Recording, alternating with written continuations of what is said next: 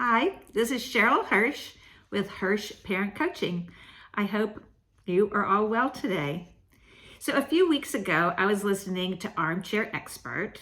It's a podcast with Dax Shepard. I don't know if any of you are familiar. And he interviewed a woman who I was not familiar with. Her name is Lenore Skenazy, and she is one of the founders of the Free Range Kids movement. And the interview was really interesting to me. I learned later, because I do remember she wrote an article about the experience of her 9-year-old riding the subway in New York. And I think there was a big outburst about how she could do that and a big hullabaloo about that. And I remember thinking it was a really interesting case. So I really enjoyed the interview. It got me thinking. And just so you know a little bit about what she believes, she says, at Let Grow, we believe in kids. We believe that they're smart, strong, and at least as capable as their parents were at their age. So why does society insist on bubble wrapping them? Why are we encouraged to protect them from even the slightest physical or mental discomfort? Why don't we trust them to do anything safely or successfully on their own? And she believes, again, this is from her website, because of the twin fears stalking today's parents. Either their kids will be snatched by a demonic clown or they won't get into Harvard. Now, that sounds a little overblown, a little bit with the demonic clown. However, there is some truth to this. And I know I was thinking when I was preparing this of a story when I was a little girl, I was in elementary school, that I don't know how this happened. I don't know all the details, but my elementary school was a good mile away from my home, crossing a very busy street. And it was one summer where I just took off, went up to the school and found people there. And I wound up going on a fishing trip with this group from the school that I wasn't signed up for. Nobody checked the list. I had no idea where I was going. I remember I had a nice time. I learned how to fish. And I wasn't accounted for. I don't even remember how long it was. I just remember thinking on the trip that I felt I had been gone a long time. But then I guess I walked home and nobody ever knew I was gone. So those things don't happen anymore. I'm not saying they should have. Thank God I was okay. But I'm just thinking that in today's world, that would never in a million years happen. With all our lists and everything we check. And as a teacher and administrator, of course, I did those things as well. So I was just thinking back to that story and how funny it is. And again, that it would never happen today. I do know that there is a lot of truth to this, especially during my time as a middle school principal. I'll never forget a dear sweet parent coming to me. Her daughter didn't do well on some achievement tests, which nobody was going to see anyway. But she came into my office and said, my daughter is not going to get into Berkeley with these scores. And I remember looking at her, she was like in 6th grade, and thinking, oh my gosh, how are you even thinking about that right now?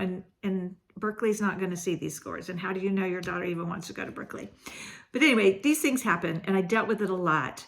And so my tool today is tool number 21. Give your child some freedom to figure out and do things on their own. So this ties in with also being independent and, again, allowing children to do things on their own. I think we want to overcompensate and really support and help our children, and sometimes it's to our children's detriment. And want parents to think about when we can give those children independence, when it's safe to do so. Let them figure things out on their own, have some hardship, have some challenges, let them be resourceful. So there's really like two pieces of this: letting them be independent and do things on their own, just in general, and also just to allow them some challenge and hardship. And again, I've had lots of experience with parents trying to take away those hardships and not have their children deal with those. And it really is a detriment to them as they get older. We, again, want to be building their toolboxes so they can navigate the world as they grow up, and know that they are resilient and strong, and that we have confidence in them. And yes, we're there to scaffold and support and to keep them safe, but at the same time, we need to let them be free. And again, not completely, but be free to learn, to grow, and to have some fun. So one of the things that Lenore Skenazy has on her website that I thought was really nice that you might want to see is she has this calendar, and it's called Help Others. And she also has this whole list. It says Be Let Grow Kid.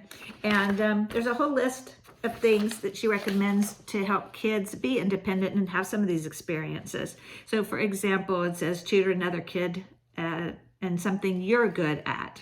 Babysit a sibling, help a neighbor with a chore, help a family member with a chore, teach someone younger how to do something. So it's, again, let's give our kids some freedom.